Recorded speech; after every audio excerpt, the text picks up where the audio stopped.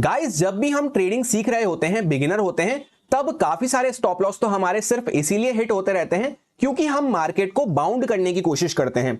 जैसे हमें लगता है कि मार्केट इतना बढ़ गया है और कितना ही बढ़ जाएगा, चलो शॉर्ट कर देते हैं, और मार्केट बढ़ता ही जाता है। फिर जब एक्चुअल में बढ़ते मार्केट में हम कुछ स्टॉप लॉस ले लेते हैं शॉर्ट कर करके, तब जाके हमें रियलाइज होता है कि मार्केट तो बढ़ता ही जा रहा है। फिर जब तक हमारा बाय करने का माइंडसेट बनता है, मार्केट फॉल करने लगता है क्योंकि स्मार्ट ट्रेडर्स जो पहले से ही एंटर होके बैठे हैं वो तब तक प्रॉफिट बुकिंग स्टार्ट कर देते हैं, और यही साइकिल हमारी कंटिन्यू होती रहती है। इस एक मेजर प्रॉब्लम से छुटकारा पाने के लिए एज अ बिगिनर सबसे बेस्ट हो जाता है हमारे लिए वन साइडेड होकर ट्रेंड ट्रेडिंग स्ट्रेटेजी को फॉलो करना। बाय और सेल दोनों साइड पे हाथ पैर मारने की जगह बेस्ट हमारे लिए हो जाता है कि जिस साइड का ट्रेंड बना हुआ है सिर्फ उसी साइड की ट्रेड्स को आइडेंटिफाई करने में हम अपना एफर्ट दें, उस साइड की अपॉर्चुनिटी को आइडेंटिफाई करने की कोशिश करें, और बाकी के टाइम पे पेशेंटली हम वेट एंड वॉच कर सकते हैं। ऐसा करने से एक तीर से दो फायदे होते हैं। एक तो हम अगर ट्रेंड की साइड पे ट्रेडिंग करते हैं तो वहां पे generally stop loss hunting, trapping हमें कम देखने को मिलती है। दूसरा, जब बाकी अदर टाइम पे हम पेशेंटली बैठना सीख जाएंगे तो हमारे अंदर पेशेंस पावर डेवलप होना चालू होगी, जो कि आगे जाके ट्रेडिंग में भी हमारे काफी काम आएगी। अब अगर हम ट्रेंड ट्रेडिंग करना चाहते हैं तो उसके मेनली दो ही मेथड हमें देखने को मिलते हैं। एक होता है प्राइस एक्शन को यूज करते हुए, और दूसरा होता है स्मार्ट मनी कंसेप्ट्स को यूज करते हुए। अब जो नॉर्मल प्राइस एक्शन वाला ट्रेंड ट्रेडिंग होता है, ये हमें सिंपल ही कहता है कि अगर प्राइस में लोअर हाइज लोअर लोज हमें देखने को मिल रहे हैं तो वहां पे हमें शॉर्ट साइड पे फोकस रखना है, डाउन साइड पे हायर हाइज हायर लोज हमें देखने को मिल रहे हैं तो वहां पे हमें लॉन्ग साइड पे फोकस रखना है। अब समझने को तो ये सबको 1 मिनट में समझ में आ गया, पर जब एक्चुअल चार्ट में हकीकत में इसको अप्लाई करने की बारी आती है तो वहां पे इतना आसान चार्ट हमें देखने को नहीं मिलता है। वहां पे इंटरनल लोज, इंटरनल हाइज, ये सब भी हमें देखने को मिलते हैं, जहां पे कंफ्यूजिंग चार्ट हमारे सामने रहता है। अब एसएमसी हमें कहता है कि मार्क तुम्हें यहां पे भी हाइज और लोज ही करने हैं स्ट्रक्चर फाइंड आउट करने के लिए, पर उसका तरीका ऐसा ना होते हुए जो रियल चार्ट्स में हमें देखने को मिलता है उस पर बेस्ड होता है। इसी वजह से उसको स्टार्टिंग में समझना थोड़ा कंफ्यूजिंग हो सकता है, पर एक बार अगर समझ में आ गया तो आगे हमारे लिए बहुत ही इजी हो जाता है। वीडियो में हम सीखेंगे कि कैसे हम ट्रेंड ट्रेडिंग कर सकते हैं, जहां पे मेनली 3 मेजर पॉइंटर्स पे हम डिस्कशन करने वाले हैं। सबसे पहला पॉइंटर रहेगा कि कैसे हम ट्रेंड को आइडेंटिफाई कर सकते हैं कि बाय साइड पे हमें ज्यादा फोकस करना है या फिर सेल साइड पे। दूसरा पॉइंट मेनली जिसकी वजह से मैं ये वीडियो बना रहा हूं, जहां पे कुछ मिस्टेक्स हमें देखने को मिलती है बिगिनर ट्रेडर्स की तरफ से जब वो स्मार्ट मनी कंसेप्ट के अकॉर्डिंग ट्रेंड ट्रेडिंग करना शुरू करते हैं या ट्रेंड को आइडेंटिफाई करना शुरू करते हैं, और उन कुछ छोटी सी मिस्टेक्स की वजह से वो अननेसेसरी बार बार ट्रैप होते रहते हैं। फिर थर्ड पॉइंट में हम डिस्कस करेंगे कि किन किन केसेस में हमें बेस्ट पॉसिबल एंट्रीज मिल सकती हैं, एंड साथ ही में कुछ अपने pro tips and experience point भी आपके साथ शेयर करता जाऊंगा ड्यूरिंग द वीडियो। और आप में से कुछ लोगों के डाउट्स एंड क्वेरीज बने हुए थे, उनके भी हम आंसर करने की कोशिश करेंगे, तो ध्यान से सभी लोग सुनते हुए चलें जिससे कि आगे आप लोगों को भी कोई डाउट ना आए। जल्दबाजी में अगर आप वीडियो को देखने की कोशिश करते हैं तो हो सकता है कुछ पॉइंट्स आपके मिस हो जाएं, उस वजह से आपको वापस से वही मिस्टेक्स देखने को मिले बार बार।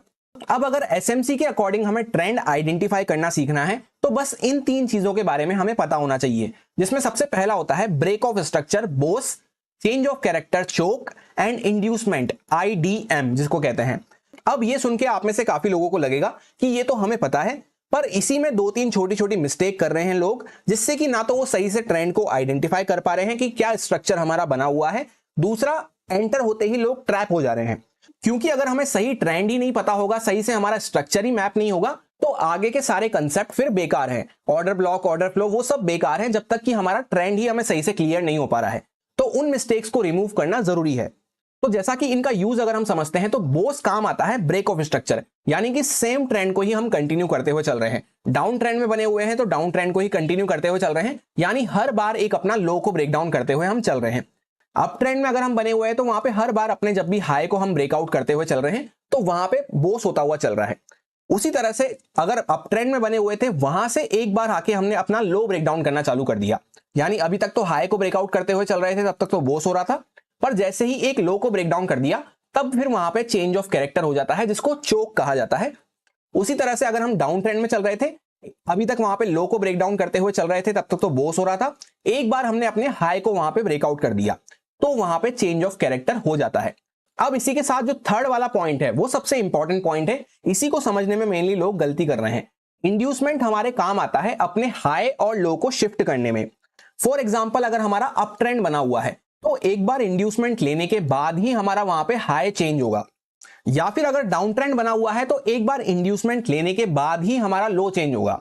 जैसा यहां पे आप डायग्राम में चेकआउट कर सकते हैं कि यहां पे कोई इंड्यूसमेंट हमें होता हुआ नजर नहीं आया, तो यहां पे फिर हमें ब्रेक ऑफ स्ट्रक्चर भी देखने को नहीं मिलेगा। जब हम डाउन ट्रेंड में बने हुए हैं, भले ही यहां पे हमने एक लो को ब्रेक डाउन किया है, पर ये कोई हमारा ब्रेक ऑफ स्ट्रक्चर नहीं कहलाएगा। ब्रेक ऑफ स्ट्रक्चर सिर्फ जब ही कहलाता है जब हमारा एक वैलिड लो यहां पे वापस से ब्रेक होता है। सेम ट्रेंड में हम चलते हुए जा रहे हैं, वैलिड लो हमारा ब्रेक होता है, और वैलिड लो हमारा कब कंसीडर होता है, जब हमने इंड्यूसमेंट यहां पे लिया हो। इसी तरह से यहां पे वापस से इंड्यूसमेंट लिया तो ये हमारा वैलिड लो कंसीडर हो गया, इसलिए जब ये ब्रेकडाउन हुआ तो हमें ब्रेक ऑफ स्ट्रक्चर देखने को मिला। यही सबसे पहली मिस्टेक है जो लोग यहां पे कर रहे हैं। लोग क्या करते हैं, इसको भी ब्रेक ऑफ स्ट्रक्चर मार्क कर दिया, यहां पे ब्रेकडाउन देखा, यहां पे भी इसको ब्रेक ऑफ स्ट्रक्चर मार्क कर दिया। यही सबसे मेन मिस्टेक है, ये यहां पे ब्रेक ऑफ स्ट्रक्चर नहीं है। अब रियल चार्ट पे हम आ चुके हैं, निफ्टी 50 के 15 मिनट टाइम फ्रेम पे हम यहां पे डिस्कशन कर रहे हैं कि एक्चुअल में किस तरह से वो मिस्टेक हमें देखने को मिलती है और किस तरह से एक सही स्ट्रक्चर मैप होता हुआ नजर आता है। तो सिंपली आपको चार्ट खोलते ही आपको कुछ भी नहीं करना, आपको समझ में नहीं आ रहा कि कहां से स्ट्रक्चर मैप करना चालू करूं, तो कोई भी एक जो आपको एक वैलिड स्विंग दिख रही हो, बड़ी सी स्विंग दिख रही हो, जैसे पहले यहां पे मार्केट छोटा छोटा मूव कर रहा था, उसके बाद एक बड़ी सी स्विंग यहां पे बनाई, तो इसका हाई और इसका लो आपको मार्क कर लेना है। फिर उसके बाद हाई और लो कैसे कैसे शिफ्ट होते हैं उस पर मेन फोकस करना, क्योंकि मैक्सिमम लोग यहीं पे मिस्टेक कर रहे हैं। जो भी मैं आप लोगों के कमेंट्स एंड डीएम्स देखता हूं, उसमें लोगों का हाई और जो लो शिफ्ट होता हुआ नजर आता है, वही शिफ्ट करने का तरीका गलत है। अब जैसा यहां पे आपको देखने को मिल रहा होगा, हाई के ऊपर तो हम गए पर कैंडल क्लोज नहीं हुई, उसके बाद मार्केट यहां पे लो को आके ब्रेक डाउन कर दिया। तो पीछे हमें आंखों से देखकर क्या समझ में आ रहा था कि इस तरह से हम ऊपर की साइड पे चढ़ते हुए आ रहे थे, तो मान सकते हैं कि अप ट्रेंड चल रहा होगा। उसके बाद अगर यहाँ पे लो ब्रेकडाउन हो रहा है तो यानी कहीं ना कहीं पे हम डाउन साइड पे जाने की कोशिश कर रहे हैं। तो यहाँ पे लो ब्रेकडाउन होते ही सबसे पहले हमें क्या करना है, चेंज ऑफ कैरेक्टर मार्क कर लेना है, क्योंकि जैसा मैंने आपसे कहा लो यहाँ पे नया शिफ्ट होने वाला है, तो अभी सबसे पहला हम कर रहे हैं, तो यहाँ पे सबसे पहले हम चेंज ऑफ कैरेक्टर यहाँ पे इस तरह से मार्क कर सकते हैं।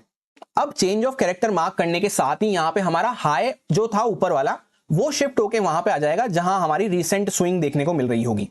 उसके बाद अभी भी लो हमारा सेम लगा हुआ है। फिर उसके बाद हम यहाँ पे कंटिन्यू नीचे आते हुए गए। अब काफी सारे लोगों का ये भी डाउट बना हुआ था कि जब भी प्राइस हमें गैप अप गैप डाउन देखने को मिलता है तो वहां पे हमें बहुत ज्यादा कंफ्यूजन हो जाता है कि यार अब किस तरह से मार्क करना है। तो उसके लिए मैंने आपको शेयर कर रखा है वीडियोस में, अगर आप ध्यान से बातों को सुनेंगे तो आपको सारी बातें याद रहेगी। एक यहाँ पे इंडिकेटर होता है, जैसा कि आप यहाँ पे चेकआउट कर सकते हैं, नो गैप्स कैंडल्स के नाम से आपको मिल जाएगा।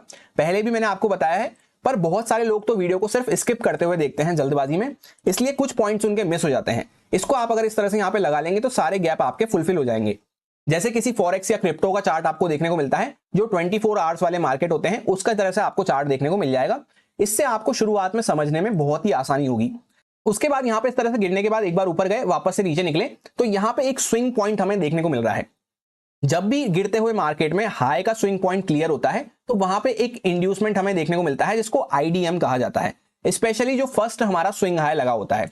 तो अभी तक हम यहाँ पे चलते हुए जा रहे हैं, जब तक ये फर्स्ट हाई है हमारा, तो इसको हम वेट कर रहे हैं इंड्यूसमेंट क्लियर करने का, पर इंड्यूसमेंट क्लियर नहीं होता, उसके नीचे हम और नीचे निकल जाते हैं। तो यहाँ पे अब बहुत सारे लोग यहीं पे मिस्टेक करते हैं कि जैसे ही वो यहाँ पे वापस से ब्रेक डाउन हुआ तो यहाँ पे ब्रेक ऑफ स्ट्रक्चर मार्क कर देंगे, जबकि हमारा तो लो ही शिफ्ट नहीं हुआ अभी तक। होपफुली आपको बात समझ में आ रही होगी कि लोग क्या करते हैं, इस तरह से यहाँ पे प्राइस चलता हुआ जा रहा है, तो यहाँ पे भले ही चेंज ऑफ कैरेक्टर हुआ तो उसके बाद अगला ही लो जो ब्रेक होगा उसके वहां पे ब्रेक ऑफ स्ट्रक्चर लिखना चालू कर देंगे, जबकि हकीकत में लो ही हमारा अभी तक शिफ्ट नहीं हुआ है, क्योंकि अभी तक हमने इंड्यूसमेंट नहीं लिया है, हम वेट कर रहे हैं इंड्यूसमेंट लेने का। यहाँ पे इंड्यूसमेंट क्लियर नहीं हुआ, प्राइस वापस से नीचे निकल गया। उसके बाद वापस से यहाँ पे एक स्विंग लगाई इस तरह से, यहाँ पे आप इस तरह से चेकआउट कर सकते हैं, नीचे आए, वापस एक स्विंग लगाई, वापस नीचे निकले। तो यहाँ पे एग्जैक्ट इस पॉइंट पे जब यहाँ पे एक स्विंग पॉइंट लगा हुआ था, क्योंकि यहाँ पे ये पूरी स्विंग यहाँ पे कंप्लीट होती हुई नजर आई थी, इस टाइम पे यहाँ पे हमें इंड्यूसमेंट होता हुआ नजर आया, ये हमारा बनेगा इंड्यूसमेंट एग्जैक्टली इस जगह पे। इसको हमें नाम देना है इंड्यूसमेंट का। और जिस टाइम पे ये इंड्यूसमेंट हो रहा है, ये ग्रीन कैंडल जैसे ही इसको यहाँ पे ब्रेक कर रही है इस स्विंग को, उस टाइम पे हमारा ये लो शिफ्ट होकर यहाँ पे नीचे की साइड पे आ जाएगा, जो हमारा एक्चुअली ये लो लगा हुआ है यहाँ पे इस लेवल के आसपास, इस तरह से यहाँ पे लो शिफ्ट होता है। तो अब जब ये लो शिफ्ट हो गया है, तब वापस से प्राइस जब इसको ब्रेक डाउन करेगा, तब यहाँ पे हमें लिखना है ब्रेक ऑफ स्ट्रक्चर, क्योंकि हम सेम स्ट्रक्चर में ही कंटिन्यू करते हुए चल रहे हैं। यहां पे क्यों नहीं लिखा, आई होप आपको समझ में आ गया होगा, क्योंकि वहां तक हमारा लो ही शिफ्ट नहीं हुआ था। उसके बाद इस तरह से आगे चलते हैं थोड़ा सा। तो अब ये जो हमारा लो लगा हुआ है, जैसे ही प्राइस ने इसको यहाँ पे ब्रेक डाउन करा, तो इसके नीचे हमें क्लोजिंग चाहिए, तो जिस कैंडल से क्लोजिंग मिली उसी टाइम पे हमें यहाँ पे लिख देना है ब्रेक ऑफ स्ट्रक्चर। इस तरह से हमें मार्क करके यहाँ पे लिख लेना है ब्रेक ऑफ स्ट्रक्चर, इसको नाम दे देंगे तो इस तरह से हमारा शिफ्ट होता है। और जिस टाइम पे यहाँ पे कैंडल ब्रेक ऑफ स्ट्रक्चर के नीचे क्लोज हो रही थी, जो हमारा ऊपर का हाई लगा हुआ है उस हाई को उठा के इस हाई पे डाल देना है। तो एक लाइन में आपको क्या समझ में आया कि डाउन ट्रेंड में अगर हम बने हुए हैं तो हाई हमारा जब शिफ्ट होगा जब हमारा ब्रेक ऑफ स्ट्रक्चर होता हुआ नजर आएगा, और लो हमारा जब शिफ्ट होगा जब प्राइस इंड्यूसमेंट लेता हुआ नजर आएगा। इसी तरह से अगर हम अप ट्रेंड में बने हुए हैं तो वहां पे उल्टा हो जाएगा कि लो हमारा जब शिफ्ट होता हुआ नजर आएगा जब वहां पे ब्रेक ऑफ स्ट्रक्चर होता हुआ नजर आएगा, और हाई हमारा जब शिफ्ट होता हुआ नजर आएगा जब हम इंड्यूसमेंट लेते हुए नजर आएंगे। उसके बाद जैसा कि हमने यहाँ पे चेंज ऑफ कैरेक्टर किया था, यहाँ पे ब्रेक ऑफ स्ट्रक्चर किया, यानी कि हम सेम साइड पे ही कंटिन्यू कर रहे हैं, तो डाउन साइड की अपॉर्चुनिटी हमें ढूंढते हुए चलना है। इसी को हम ट्रेंड ट्रेडिंग कहते हैं। जब तक हम यहाँ पे वापस से change of character up side पे नहीं कर देते, जो कि हमने एक्चुअल में यहाँ पे इस जगह पे किया है जहां पे ये हाई के ऊपर हमने क्लोजिंग देना स्टार्ट कर दिया, एग्जैक्टली इस लेवल के आसपास हमने हाई के ऊपर क्लोजिंग देना स्टार्ट कर दिया, तो यहाँ पे फिर हमारा चेंज ऑफ कैरेक्टर वापस से अप ट्रेंड के लिए हो चुका है। मैंने यहाँ पे क्लियरली आपके लिए लिख भी रखा है कि चोक डाउन ट्रेंड और चोक अप ट्रेंड, क्योंकि यहां तक क्या हो रहा था कि ब्रेक ऑफ स्ट्रक्चर होने के बाद प्राइस ने एक सफिशिएंट अमाउंट का यहाँ पे लो लगाया, पर उसके बाद इंड्यूसमेंट लेने के लिए उसको ऊपर आना चाहिए था। तो इंड्यूसमेंट के लिए कोई स्विंग हमें कहां देखने को मिल रही थी, यहाँ पे इस लेवल के आसपास स्विंग देखने को मिल रही थी। तो यहाँ पे इस लेवल के आसपास ही प्राइस इंड्यूसमेंट लेने तो आया, पर इसके ऊपर भी निकलता रहा, और निकलते निकलते निकलते निकलते उसने अपने डायरेक्टली अपने हाई को ब्रेकआउट कर दिया। जिस टाइम पे ये यहाँ पे प्राइस इंड्यूसमेंट ले रहा था उस टाइम पे हम चाहें तो अपना लो यहाँ पे शिफ्ट कर सकते हैं, पर उससे अब हमें कोई मतलब ही नहीं है, क्योंकि प्राइस निकलते निकलते निकलते निकलते सीधा हाई को ही क्रॉस कर दिया। तो हाई को क्रॉस करते ही वापस से हमारा ट्रेंड जो है अप ट्रेंड में आ चुका। उसके बाद आगे वही कहानी है कि अप ट्रेंड में आने के बाद भी हमें एक बार इंड्यूसमेंट लेना है, उसके बाद ही हमारे हाई और लो शिफ्ट होते हुए नजर आएंगे। तो इंड्यूसमेंट हमने कहां पे जाके लिया, अच्छे से जूम करके देखते हैं यहाँ पे कि प्राइस यहां से निकलना चालू करा। इस तरह से आपको स्विंग मार्क करते हुए चलना है ड्रॉइंग से। वापस से ये पूरा सिंगल लेग में एक मूव है, उसके बाद पूरा यहां तक हम आए हैं, तो ये हमारा एक पॉइंट लगा हुआ है और यहाँ पे एक लो पॉइंट लगा हुआ है। उसके बाद ऊपर गए तो यहाँ पे हमारा एक पॉइंट लगा हुआ है, एग्जैक्टली इस लेवल के आसपास इसको ब्रेक डाउन करा। अब यहाँ पे हमारा ये इंड्यूसमेंट क्लियर होता हुआ नजर आया है। इसको एक बार मैं आपके लिए मार्क कर देता हूं, एग्जैक्टली इस पॉइंट के नीचे जब हम गए। और हाँ, ये बात का हमें ध्यान रखना है कि इंड्यूसमेंट लेने के लिए हमें कैंडल की क्लोजिंग की जरूरत नहीं होती है। तो यहाँ पे इंड्यूसमेंट लिया, उस टाइम पे ये जो हमारा हाई लगा हुआ है ये शिफ्ट होकर कहां चला जाएगा, एग्जैक्टली इस लेवल के आसपास, क्योंकि इसी हाई पॉइंट से हम कंटिन्यू फॉल करते करते आ रहे हैं। तो यहां पे हमारा हाई आ जाएगा, और फिर जब वापस से हाई को हम ब्रेकआउट करेंगे तब ये हमारा break of structure upside का कहलाएगा। इस तरह से हम यहाँ पे इसको नाम दे सकते हैं, ब्रेक ऑफ स्ट्रक्चर। और जिस टाइम पे हम यहाँ पे ब्रेक ऑफ स्ट्रक्चर कर रहे हैं एग्जैक्टली इस ग्रीन कैंडल के साथ, तो उस टाइम पे जो हमारा उस पूरी लेग में जो हमारा लो पॉइंट लगा होगा वो हमारा लो बन जाएगा। जहां पे जो नीचे हमारा लो लगा था उसको हमें शिफ्ट करके ऊपर की साइड पे कर देना है। इस तरह से यहां पे हम कर सकते हैं। तो अभी अभी हमने क्या करा, हाई को भी ऊपर की साइड पे शिफ्ट करा, यहां से लेकर यहां पे आए, और लो को भी नीचे की साइड से ऊपर शिफ्ट करा। तो हायर हाइज और हायर लोज हमें देखने को मिल रहे हैं, यानी कि ट्रेंड अप साइड पे चलना चालू हो गया है। अब अगर नॉर्मल प्राइस एक्शन में हम देखते हैं तो वहां पे ऐसा हमें देखने को मिलता है, जबकि हकीकत में चार्ट कैसा रहता है, यहाँ पे गया, नीचे ब्रेकडाउन, ऊपर ब्रेकडाउन, इस तरह से जिगजैग हमें चार्ट देखने को मिलता है। तब इसी वजह से लोगों को वहां पे प्राइस एक्शन में कंफ्यूजन होता है कि यार अप ट्रेंड में चल रहे हैं कि डाउन ट्रेंड में चल रहे हैं। और दूसरी साइड पे जो स्मार्ट मनी कंसेप्ट के ट्रेडर्स होते हैं उनको बस एक ही प्रॉब्लम बनी रहती है कि उनको इंड्यूसमेंट सही से मार्क करना नहीं आता, और इंड्यूसमेंट की वजह से ही हमारे हाई और लो शिफ्ट होते हुए नजर आते हैं। फिर वो गलती यही करते हैं कि कहीं पे भी अपने हाई और लो शिफ्ट करते हुए चलते हैं, और किसी भी लो को ब्रेकआउट करा, ब्रेकडाउन करा, तो वहां पे वो ब्रेक ऑफ स्ट्रक्चर या चेंज ऑफ कैरेक्टर लिख देंगे। तो उसी चीज को ध्यान से समझते हुए चलें। अब जैसा कि एग्जैक्टली इस लेवल के आसपास से ब्रेक ऑफ स्ट्रक्चर करने के बाद हम कंटिन्यू चलते हुए जा रहे हैं, कहीं पे भी कोई हमें इंड्यूसमेंट देखने को नहीं मिल रहा, तो कहीं पे भी कोई हमें स्विंग टेकडाउन होती हुई नजर नहीं आ रही। यहाँ पे वापस से स्विंग लगी, कंटिन्यू ऊपर चलते गए, यहां तक निकल गए, उसके बाद यहाँ पे आए, इसके बाद प्राइस हल्का सा इसके ऊपर निकला है। तो यहाँ पे एक स्विंग हमें देखने को मिल रही थी, यहाँ पे ये टेकडाउन होती हुई नजर आ रही है इस रेड कैंडल के साथ। तब हमें यहाँ पे जाके एक हमारा इंड्यूसमेंट कंफर्म होता है, इसको हमें मार्क कर लेना है इंड्यूसमेंट। जब जाके ये इंड्यूसमेंट हमारा कंफर्म हुआ तब जाके ये जो हाई हमारा लगा हुआ है यहाँ पे ऊपर जाके शिफ्ट होगा।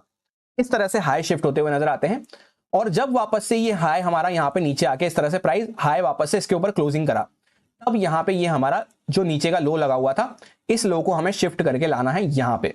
इस तरह से स्ट्रक्चर हमारा चलता हुआ जाता है। फिर जैसा कि प्राइस ने यहाँ पे हाई को ब्रेकआउट करा था, वापस से इंड्यूसमेंट लेने के लिए नीचे आया, पर नीचे ही आता गया और लो को ही निकाल लिया। तो यहाँ पे वापस से क्या हुआ है, चेंज ऑफ कैरेक्टर वापस से डाउन साइड पे हो चुका है। तो अब वापस से हमें यहाँ पे डाउन साइड की अपॉर्चुनिटी ढूंढनी है। इस तरह से हम मार्क करके चल सकते हैं। सो उसी सेम तरीके से मैंने आगे का पूरा स्ट्रक्चर आपके लिए यहाँ पे मार्क कर दिया है। जल्दी से हम इसको समझ लेते हैं जिससे कि वीडियो ज्यादा लंबा ना हो और उसके बाद हम नेक्स्ट मिस्टेक पे वहां पे चल सके कि नेक्स्ट मिस्टेक लोग क्या कर रहे हैं।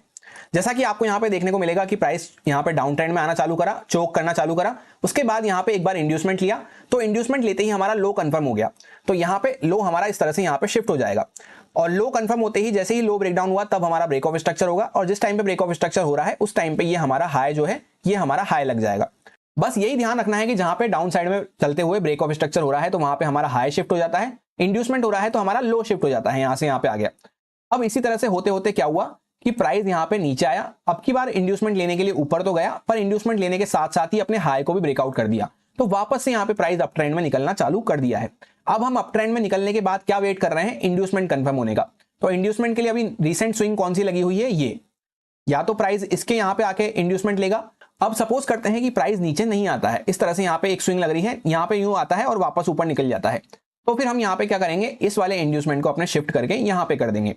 उसके बाद क्या होता है, प्राइस लेट सपोज नीचे आया पर वापस से इंड्यूसमेंट नहीं लिया, ऊपर जाने लग गया और वापस से फिर यहाँ पे नीचे आ गया, तो इस टाइम पे ये यहाँ पे हमारा इंड्यूसमेंट यहाँ पे शिफ्ट होता हुआ नजर नहीं आएगा इस जगह पे। क्यों नहीं आएगा, क्योंकि पूरी हमारी 3 वहां पे स्टेप वाली स्विंग कंप्लीट होती हुई नजर नहीं आई। यहाँ पे इसके ऊपर निकलते तभी हमारी फर्स्ट लेग, सेकंड लेग और थर्ड लेग कंप्लीट होनी चाहिए।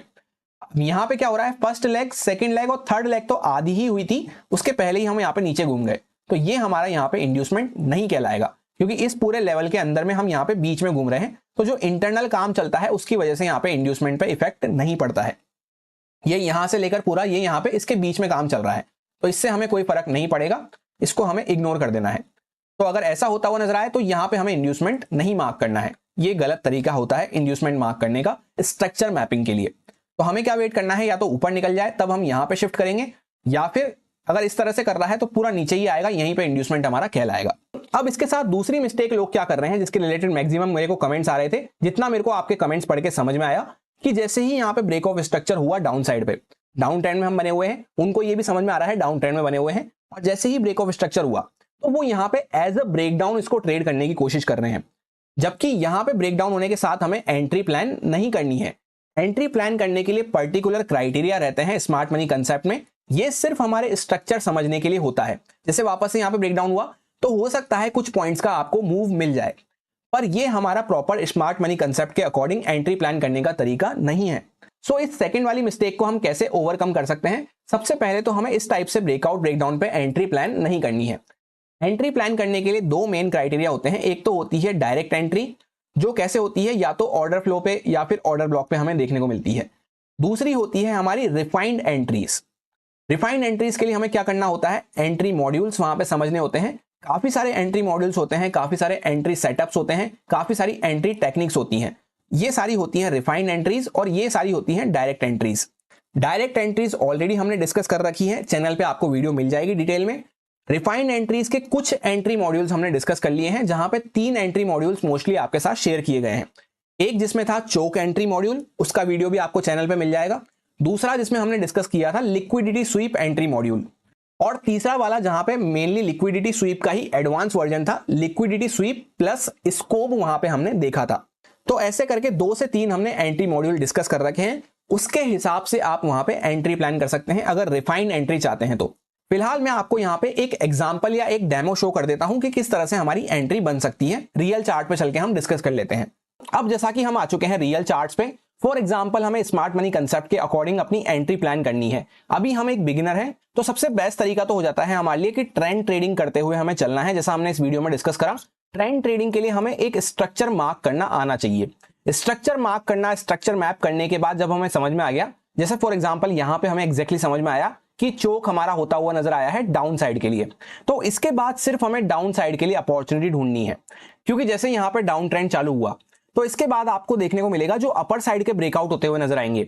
नॉर्मल प्राइस एक्शन के कंसेप्ट में जो अपर साइड के ब्रेकआउट होते हुए नजर आएंगे वो आपको यहाँ पे कंप्लीटली फेल होते हुए नजर आएंगे। बार बार आप चेकआउट कर सकते हैं, जहां पे भी ब्रेकआउट होंगे, यहाँ पे ब्रेकआउट होंगे, ये सब हमें फेल होते हुए नजर आएंगे। तो इनसे बचने के लिए हम क्या कर सकते हैं, सिंपली ट्रेंड की साइड पर राइड करते हुए चल सकते हैं। उसके लिए जैसे एक तो डायरेक्ट एंट्री का क्राइटेरिया होता है कि हमें ऑर्डर ब्लॉक वगैरह मार्क करने आने चाहिए। तो जैसे यहाँ पे आपको देखने को मिल रहा होगा, एक प्रॉपर हमें ऑर्डर ब्लॉक देखने को मिल रहा था। इस तरह से ये जो डोजी कैंडल यहाँ पे लगी है, ये एक इस पे यहाँ पे चार्ट एग्जैक्टली टैप करा, बाकी सारी कंडीशंस भी यहाँ पे फुलफिल हो रही हैं, इम्बैलेंस वगैरह भी हमें देखने को मिल रहा है कैंडल में, सब कंडीशंस यहाँ पे फुलफिल हो रही हैं। तो ऐसे टाइम पे जब चार्ट यहाँ पे टैप करे तब इसके ऊपर स्टॉप लॉस रख के हम यहाँ पे डाउन साइड की ट्रेड प्लान कर सकते हैं ट्रेंड के साथ में ही चलते हुए। या फिर दूसरा तरीका क्या हो जाता है, जैसे कि रिसेंटली आपके साथ लिक्विडिटी स्वीप वाला एंट्री मॉड्यूल मैंने शेयर किया था, तो यहां पे एक प्रॉपर लिक्विडिटी स्वीप होती हुई नजर आ रही है कि जब ट्रेंड के साइड पे हम चल रहे हैं तो वहां पे एक अगेंस्ट का जो इंटरनल हाई ब्रेकआउट करा, उसके बाद इमीडिएटली 3 से 4 कैंडल के अंदर में मार्केट उसके वापस से लेवल के नीचे आ गया। तो यहाँ पे properly liquidity SVEEP entry module हमें देखने को मिल रहा है। तो इस बेसिस पे भी हम एंट्री प्लान कर सकते हैं, जिस कैंडल से वापस से हम अंदर आए हैं उसके ऊपर छोटा सा स्टॉप लॉस डाल के हम डाउन साइड के लिए यहाँ पे ट्रेड प्लान करते हुए चल सकते हैं। इसी तरह से और अगर हम पीछे चलते हैं तो कुछ अपसाइड के एग्जांपल भी यहाँ पे देख लेते हैं। जैसा हमने यहाँ पे स्ट्रक्चर मैप करते टाइम देखा था कि यहाँ पे अप ट्रेंड हमारा होता हुआ नजर आया था इस लेवल के आसपास, तो जहां पे हमें पता चल गया कि ट्रेंड यहाँ पे अब अपसाइड पे हो चुका है, तो फिर वहां से हमें शॉर्ट साइड की अपॉर्चुनिटी ढूंढना बंद कर देना है और जहां पे भी एक अच्छी अपॉर्चुनिटी मिलती है लॉन्ग करने की, वहां पे हमें फोकस रखना है। कैसे मिलेगी हमें अपसाइड की अच्छी अपॉर्चुनिटी, कि जब भी मार्केट ऊपर चलता हुआ जाता है तो कोई इंटरनल लो वगैरह को टेक डाउन करके वापस से ऊपर जाए, इंड्यूसमेंट वगैरह इस तरह से होता हुआ नजर आए, या फिर डाउन साइड पे यहाँ कहीं पे कोई ऑर्डर ब्लॉक वगैरह हमें देखने को मिले, ऑर्डर फ्लो देखने को मिले, उस टाइम पे हम एंट्री प्लान करते हुए चल सकते हैं। जैसे यहाँ पे आपको देखने को मिलेगा कि इंड्यूसमेंट होता हुआ नजर आया, तो इंड्यूसमेंट होने के साथ ही यहाँ पे प्रॉपरली एक तो लिक्विडिटी स्वीप वाला एंट्री मॉड्यूल भी लगता हुआ नजर आ रहा है। उसी के साथ साथ लिक्विडिटी स्वीप का जो एडवांस वर्जन मैंने आपके साथ शेयर किया है, जहां पे लिक्विडिटी स्वीप के साथ साथ हम वहां पे स्कोप कंसेप्ट लगा के चेकआउट करते हैं, वो भी यहाँ पे अच्छे से अप्लाई होता हुआ नजर आ रहा है। प्राइस ऊपर से यहाँ पे डायरेक्टली गैप डाउन खुला, एक कैंडल ने पूरा यहाँ पे सारों की लिक्विडिटी यहाँ पे क्लियर करी, इसी के साथ पिछली कैंडल के भी नीचे हम यहाँ पे इसके लिक्विडिटी यहाँ पे क्लियर कर दिए। उसके बाद अगली जो कैंडल है उसने इसके ऊपर यहाँ पे क्लोजिंग दे दी। तो हम बेसिक तरीके से भी यहाँ पे एंट्री ले सकते हैं और एडवांस तरीके से किस तरह से ले सकते हैं एंट्री, कि ये पूरा के पूरा हमारा स्कोप वाली कैंडल बन जाती है सिंगल कैंडल ऑर्डर ब्लॉक। इसको हम यहाँ पे नाम देके सिंगल कैंडल ऑर्डर ब्लॉक नाम देके, जब वापस से प्राइस इस पर टैप करा इस वाली एग्जैक्टली रेड कैंडल में, यहाँ पे हम एंट्री प्लान करते हैं, इसके नीचे हमारा स्टॉप लॉस रहता और हमें काफी अच्छा रिस्क रिवॉर्ड यहाँ से देखने को मिल रहा है। तो इस तरह से कुछ हमारी एंट्री होती है स्मार्ट मनी कंसेप्ट के अकॉर्डिंग। इस बात को सिंपली आप ऐसे समझ सकते हैं कि जो स्मार्ट मनी कंसेप्ट हम सीख रहे हैं वो स्मार्ट मनी के साथ हाथ मिला के काम करने के लिए सीख रहे हैं। और स्मार्ट मनी कभी भी इस तरह से ब्रेकआउट पे या ब्रेकडाउन पे बाय सेल करना पसंद नहीं करता है, क्योंकि यहां तक पहुंचते पहुंचते स्मार्ट मनी क्या होते हैं, वो नीचे से या ऊपर से एंटर करना पसंद करते हैं, जहां से चार्ट को वो घुमाते हैं। तो जैसे यहां से चार्ट को उन्होंने घुमाया तो यहां से वो लोग एंटर करना चालू करे हैं, तो यहां तक पहुंचते पहुंचते तो वो वापस से थोड़ा सा प्रॉफिट बुक करना चालू कर देंगे। तो उस चक्कर में क्या होता है, हमारे हाथ में छोटा मोटा मोमेंटम ही आता है अगर हम ब्रेकआउट या ब्रेकडाउन पे प्लान करते हैं। तो ब्रेकआउट ब्रेकडाउन वाले जो कंसेप्ट होते हैं वो जनरली हमें नॉर्मल प्राइस एक्शन के साथ देखने को मिलते हैं। स्मार्ट मनी के अकॉर्डिंग वहां पे ब्रेकआउट ब्रेकडाउन पे कभी भी एंट्री प्लान नहीं की जाती है, या तो फिर ब्रेकआउट वगैरह के बाद अगर कोई हमें रिवर्सल देखने को मिल रहा हो जहां पे ये सारे लोग ट्रैप होते हुए नजर आ रहे हो, वहां पे हम स्मार्ट मनी के साथ हाथ मिला के काम कर सकते हैं। और उसके लिए थोड़ा सा एडवांस हमें होना पड़ेगा।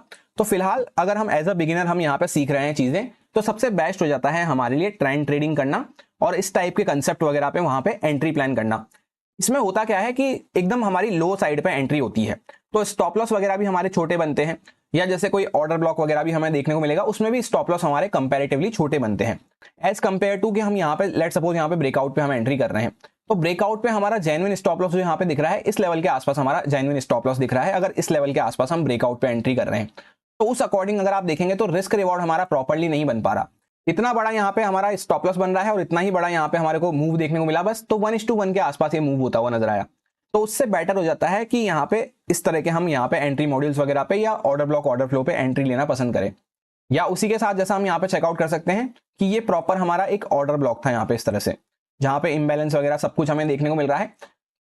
अप ट्रेंड में हम चलते हुए जा रहे हैं यहाँ पे, तो बीच बीच में जो भी अगेंस्ट का सेलिंग का मूव आता है वहां पे जनरली एक ऑर्डर फ्लो या फिर ऑर्डर ब्लॉक हमें देखने को मिलता है। तो यहाँ पे एक्जैक्टली इस पर टैप करा है, इस वजह से भी यहाँ पे एक मूव हमें देखने को मिला है। तो इस तरह से मल्टीपल कंफर्मेशन के साथ भी हम काम कर सकते हैं। सो होपफुली सेकंड मिस्टेक का भी आपको सॉल्यूशन यहाँ पे मिल गया होगा कि या तो डायरेक्ट एंट्री हमें लेनी है या फिर रिफाइंड एंट्री हमें लेनी है। डायरेक्ट एंट्री होती है इस तरह के ऑर्डर ब्लॉक वगैरह को यूज करना, और रिफाइंड एंट्री होती है जैसे मैंने आपको अभी तक तो 2 एंट्री मॉड्यूल आपके साथ शेयर करे हैं। इसके अलावा और भी कई तरह के एंट्री मॉड्यूल्स होते हैं, एंट्री टेक्निक्स होती हैं, एंट्री सेटअप्स होते हैं। अगर आप इंटरेस्टेड रहेंगे तो आने वाले टाइम में हम और भी कुछ एंट्री सेटअप्स वगैरह को डिस्कस करेंगे। सो इस वीडियो से होपफुली आपको समझ में आ गया होगा कि कैसे हम ट्रेंड ट्रेडिंग कर सकते हैं स्मार्ट मनी कंसेप्ट को यूज करते हुए, और कहां पे मेनली लोग स्मार्ट मनी कंसेप्ट के अकॉर्डिंग गलतियां करते हैं। दो मेजर मिस्टेक्स जो जिनके रिलेटेड आप लोगों के कमेंट्स एंड डीएम्स आ रहे थे, उसके बारे में हमने बात करने की कोशिश करी। होपफुली इसके बाद आपकी मिस्टेक्स ओवरकम हो जाएंगी और काफी बेटर रिजल्ट्स आपको देखने को मिलेंगे। होपफुली ये वीडियो आपकी ट्रेडिंग लाइफ में कुछ ना कुछ वैल्यू ऐड जरूर करेगी। अगर आपको कुछ सीखने को मिला हो, कुछ अच्छा लगा हो, पसंद आई हो वीडियो, तो लाइक और कमेंट करके अप्रिशिएट कर सकते हैं। अगर पसंद नहीं आई हो, कुछ आपका फीडबैक हो, कुछ आपकी क्वेरी हो, तो वो भी आप कमेंट करके बता सकते हैं। इस वीडियो में फिलहाल इतना ही, मिलते हैं किसी और वीडियो में। Thank you.